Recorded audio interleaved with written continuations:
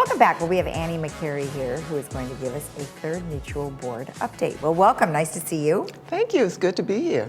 Yeah, well, you've got lots of good information, and I like the fact that we're going to, go through all these different things because, sometimes we just don't know a lot about the committees. We hear about the overall stuff, but not necessarily what's going on with committees. Exactly. So thank you. You're welcome. My pleasure. Again. So let's talk about advisors. So what is a committee advisor? Like, what is that? A committee advisor, what we're looking for is someone who is not a member of the board, but actually have a desire to serve the community, but also has some expertise in a certain area. Okay. And though the expertise is not required, it certainly is helpful to have some background information about the different aspects of serving on the board and the committees. Okay.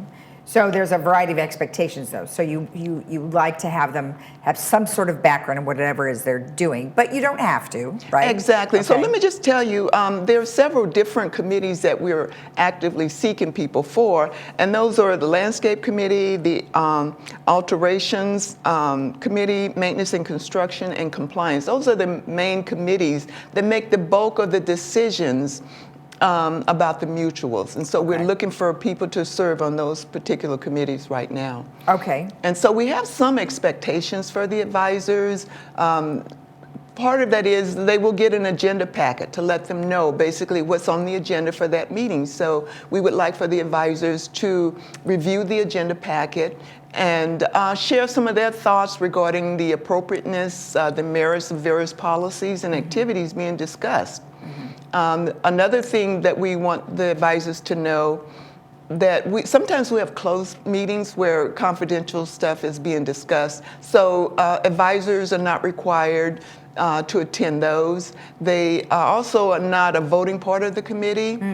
We also have some other rules for the board members, which has to do with our social media policy, and there is a signed statement about social media, so that is not a requirement for an advisor. Okay. And when at the committee meetings, if you're not able to attend a meeting, we just ask that you notify the chair that you won't be there.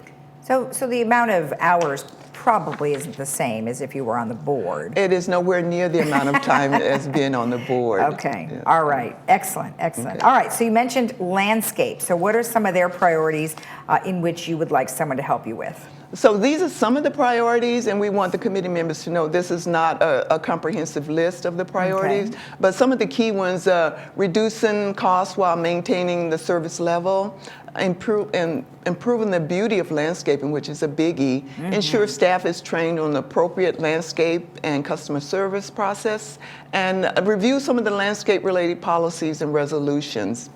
Now, how many people do you have on each committee generally?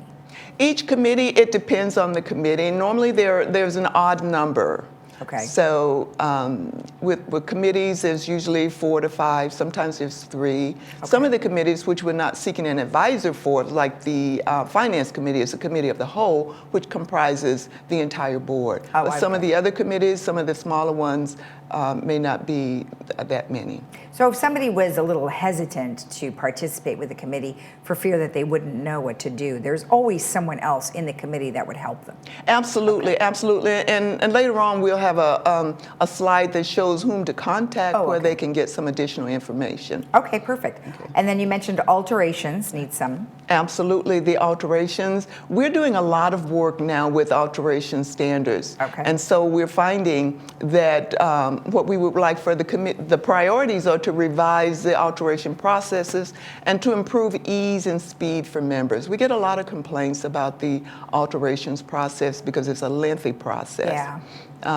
Some of what the committee is doing right now is looking to revise the process to make it easier for contractors to do business within Third Mutual. Okay. And we also, another priority is to improve service for members and residents. Okay.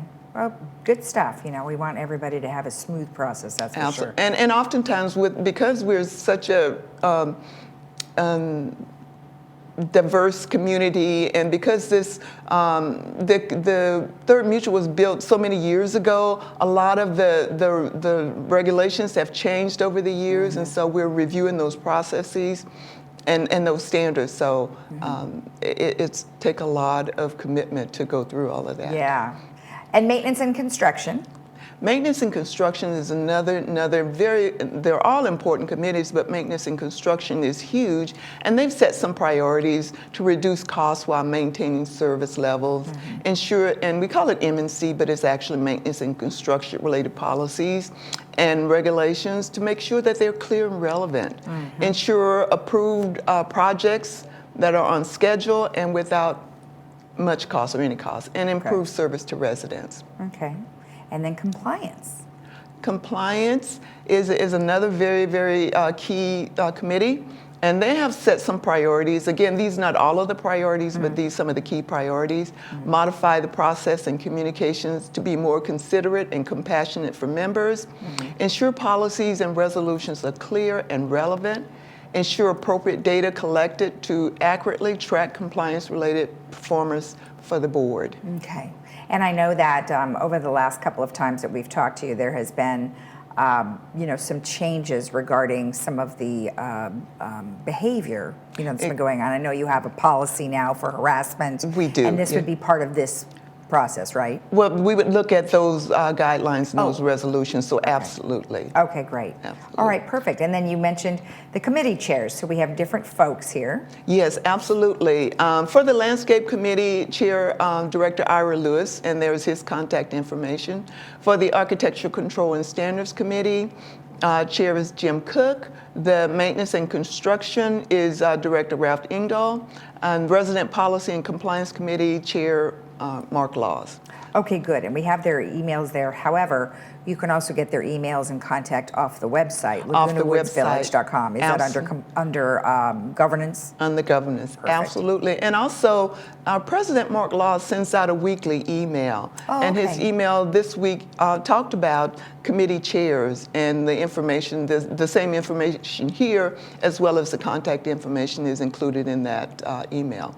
And then just to be clear, that those people who want to be on any of these committees, they do need to live in Third. Absolutely. Okay. You have to be a member of Third Mutual. All right. Just wanted to make sure everyone knew that, because Absolutely. Somebody might be new and then they come from a different area and want to participate. So absolutely, you have to live in the area in which you represent. You absolutely have to. And again, you don't have to be an expert.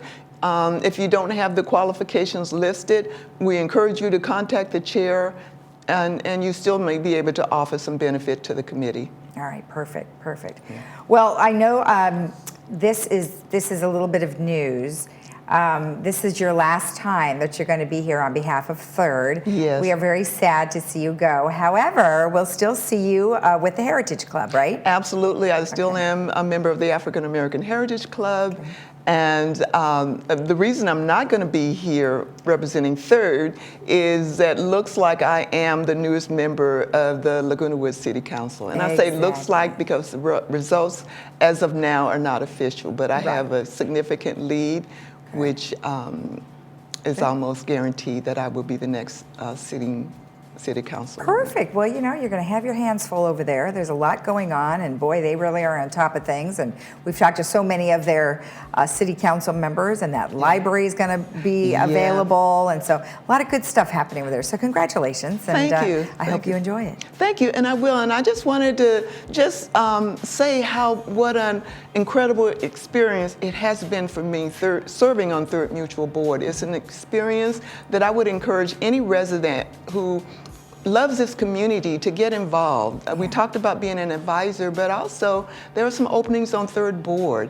And when I joined the board, my background is healthcare, nursing. It had nothing to do with architectural control and standards or alteration. It was basically healthcare. And it was an opportunity for me to learn about what it actually takes to govern this community. And it's a wonderful experience. And I really encourage any resident to think about serving on Third Mutual Board. Well, you get firsthand information, that's for sure. Absolutely, absolutely. All right. Thank you again, and good luck to you. And we'll see you probably next month regarding the Heritage Club. Absolutely. Thank you. Thank you. If you want any information regarding what we have talked about, or you're interested in any of the boards, you can send an email to generalmanager@vmsinc.org, and they will forward that to the appropriate person. Or as we mentioned, you can always go to our website, lagunawoodsvillage.com, and go to governance. We'll be right back.